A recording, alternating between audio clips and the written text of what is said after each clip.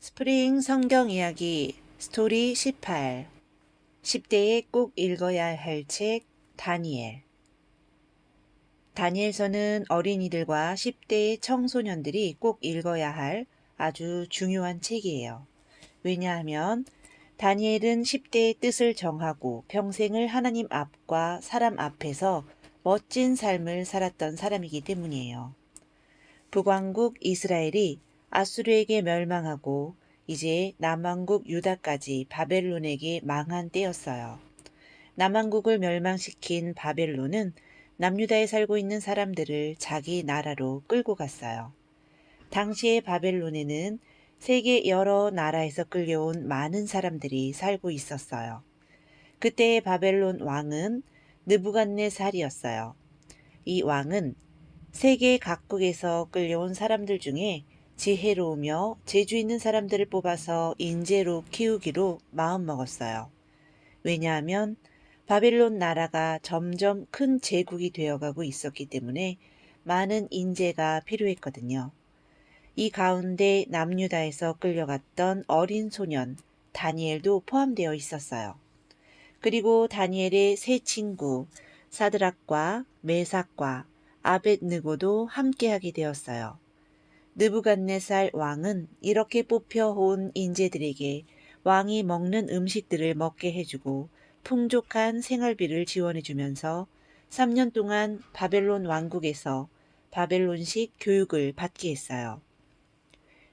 다니엘은 이때 하나님의 말씀대로 살기로 뜻을 정했어요. 그래서 바벨론 왕궁에서 주는 기름지고 풍족한 음식들은 먹지 않겠다고 했어요. 그러나 왕의 신하는 혹시 다니엘이 다른 사람들에 비해 얼굴색이 좋지 않고 건강이 좋지 않을까봐 걱정했어요. 그러자 다니엘은 자신을 시험해 보라고 했어요. 앞으로 열흘간 다니엘이 검소한 음식을 먹게 허락해주고 10일 후에 바벨론 왕궁에서 주는 음식을 먹는 다른 사람들과 비교해 보려고 했어요. 10일이 지났어요. 그런데 다니엘의 얼굴이 가장 밝고 윤기가 나며 어느 누구보다 건강해 보였어요. 그래서 다니엘은 왕궁에서 주는 음식을 먹지 않고 하나님의 말씀에 기준하여 음식을 먹을 수 있도록 허락받았어요. 그리고 하나님의 뜻대로 살면서 바벨론 왕궁의 교육을 받을 수 있었어요. 3년이 지나서 다니엘은 느부갓네살 왕을 만나러 가게 되었어요. 느부갓네살 왕은 마침 그때 매우 이상한 꿈을 꾸었는데 그 꿈 때문에 무척이나 고민하고 있었어요. 그리고 다니엘을 포함한 왕의 모든 신하들과 박사들에게 자기가 꾼 꿈에 대하여 말해주지도 않으면서 그 꿈을 알아맞히라고 했어요. 게다가 그 꿈을 해석까지 하라고 했어요. 만일 그 꿈과 해석을 말하지 못하면 모두 죽이겠다고 말했어요. 이런 억지스러운 느부갓네살 왕의 요구에 모두들 벌벌 떨며 무서워했어요. 이때 다니엘이 왕 앞에 나와 하나님께 기도할 수 있는 시간을 주면 왕에게 그 꿈을 해석해 주겠다고 말했어요. 그러자 왕이 다니엘에게 기도할 시간을 주었어요.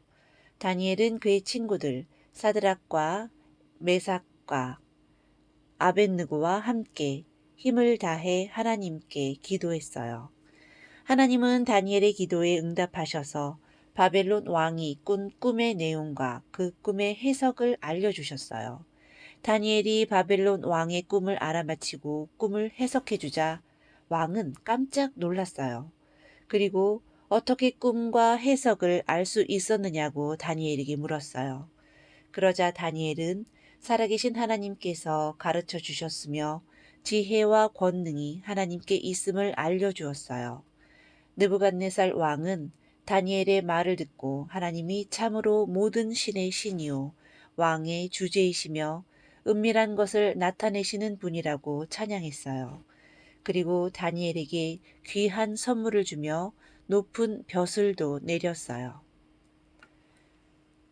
바벨론 제국이 무너지고 새로운 제국인 페르시아가 세워지는 상황에서도 다니엘은 역사의 중심에 서 있었어요. 포로 출신이고 제국 내 소수 민족 일원이었던 다니엘이 역사의 주역으로 활동할 수 있었던 것은 하나님 앞에서 뜻을 정하고 최선을 다해 행했기 때문이에요. 우리 어린이들도 하나님을 믿고 하나님의 뜻대로 행해서 하나님의 영광을 드러낼 수 있는 멋진 사람이 되기로 해요.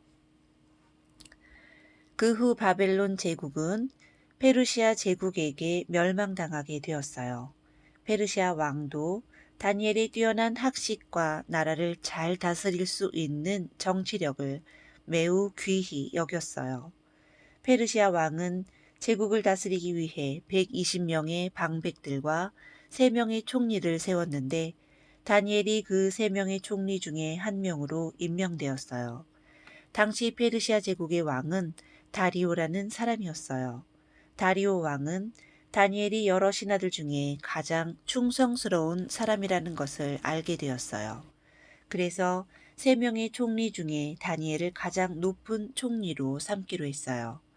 그때 페르시아의 신하들이 다니엘을 시기하고 질투했어요. 그래서 그들은 다니엘을 음모에 빠뜨리기 위해 나쁜 꾀를 생각해냈어요. 왕의 신하들은 앞으로 30일 동안 누구든지 왕 외에 다른 신이나 다른 사람에게 기도하는 사람은 사자굴 속에 집어넣자고 말했어요. 이 말을 들은 왕은 몹시 기분이 좋았어요. 그래서 왕은 이 일을 법으로 정하고 왕의 도장을 찍었어요. 다니엘은 이 일이 자기를 죽이려 하는 음모임을 알고 있었어요. 왜냐하면 다니엘이 하나님을 섬기며 하나님께 늘 기도하는 사람이라는 것은 모두가 다 아는 사실이었기 때문이에요. 다니엘은 왕의 도장이 찍힌 이 법에 대해 잘 알고 있었지만 10대의 그가 정한 뜻을 저버리지 않았어요. 하나님의 말씀대로만 살겠다는 것이 다니엘이 정한 뜻이었거든요. 다니엘은 매일 하던 대로 하루에 3번씩 예루살렘 쪽으로 창문을 열고 무릎을 꿇고 하나님께 기도하였어요. 30일 정도만 기도하지 않으면 위험에 처해지지 않을 수 있었지만 다니엘은 하나님께 기도하는 일을 쉴 수가 없었어요. 다리오 왕의 신하들은 너무나 신났어요. 이제 다니엘을 사자굴 속에 넣어 죽게 할 수 있을 거라고 생각했거든요. 왕의 신하들은 다리오 왕에게 가서 왕 외에 다른 신을 섬기는 자가 있다고 고발했어요. 왕이 화가 나서 그가 누구냐고 물었어요. 왕의 신하들은 입가에 미소를 띠며 바로 다니엘이라고 밝혔어요. 왕은 그제야 신하들이 왕에게 가장 충성스러운 다니엘을 죽이려고 하는 음모에 속았다는 것을 알게 되었어요. 하지만 이미 왕의 도장을 찍어 발표된 법을 왕도 어찌할 수가 없었어요. 왕은 슬퍼하며 다니엘을 사자굴 속에 넣었어요. 그리고 밤새 다니엘을 걱정하다가 다음날 새벽이 오자 사자굴로 달려갔어요. 그러자 다니엘은 자기가 섬기는 하나님께서 천사를 보내어 사자가 자기를 해치지 못하도록 지켜주셨다고 대답했어요. 사자굴에서 다니엘을 건져 올린 다리오 왕은 다니엘을 죽이려 했던 신하들을 모두 사자굴 속에 던져버렸어요. 다니엘은 바벨론 제국에서 가장 실력 있는 총리였어요. 그는 또 하나님께 오랫동안 아주 깊게 기도할 줄 아는 사람이었어요. 그런데 다니엘은 그렇게 오랜 기도를 마친 후에는 또 곧바로 출근해서 왕이 맡긴 일을 잘 처리했어요. 다니엘은 기도하는 일, 또 총리로서 맡은 일, 2가지를 모두 잘하는 사람이었어요. 우리 친구들도 하나님께 기도도 열심히 하고 또 공부도 열심히 하는 친구들이 되면 좋겠어요.